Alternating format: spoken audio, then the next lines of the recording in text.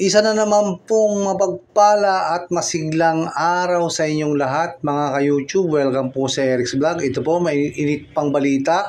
Ayon po sa report, mayroon pong 4.2 million voters ang natanggal po sa Masters List ng COMELEC. Yan po ang mga naglabasang balita po nitong mga nakaraang araw.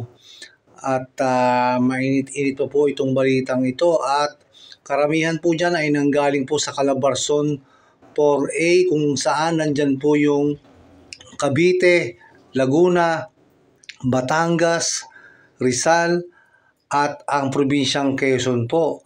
At ayon po sa NSO, mayroon pong 16,195,042 po ang population ng Calabarzon 4A noon pong 2020. So ngayon po ay 2024. Malamang po ay mataas na po ang population. So nasa ika-4 na bahagi po ang nawala sa registered voters. At ang dahilan po sa mga pagtanggal na yan sa kanilang mga pangalan ay ang una pong dahilan ay ang hindi po sila nakaboto ng 2 beses po sa mga nakalipas na eleksyon. So failure to vote in 2 successive preceding regular election. So yung nagdaan po na election natin recently ay yung pong last year.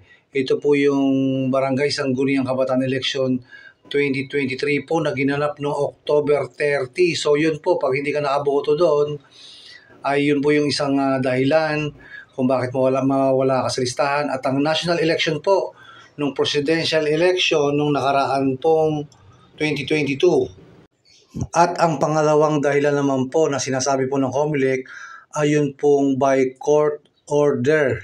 So yan po yung mga dahilan na pangalawa.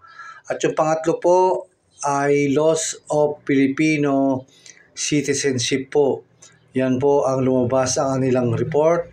At ang ika-4 naman po ay having non-valid documents. So wala pong kaukulang dokumento. Yan po ang mga ika-4 na dahilan. At sa mga kababayan natin na hindi pa po nagpaparegister, meron pong nagaganap na registration pa po. January 12 ang umpisa. At ito ay matatapos ayon sa COMELEC sa September 30, 2024. So kung gusto mong bumoto sa 2025, magparehistro po kayo. At ayon po sa COMELEC ay meron pong 2.5 million new voters na po ang nagparehistro para po sa national election po ng 2025 next year po. So maganda po magparehistro tayo.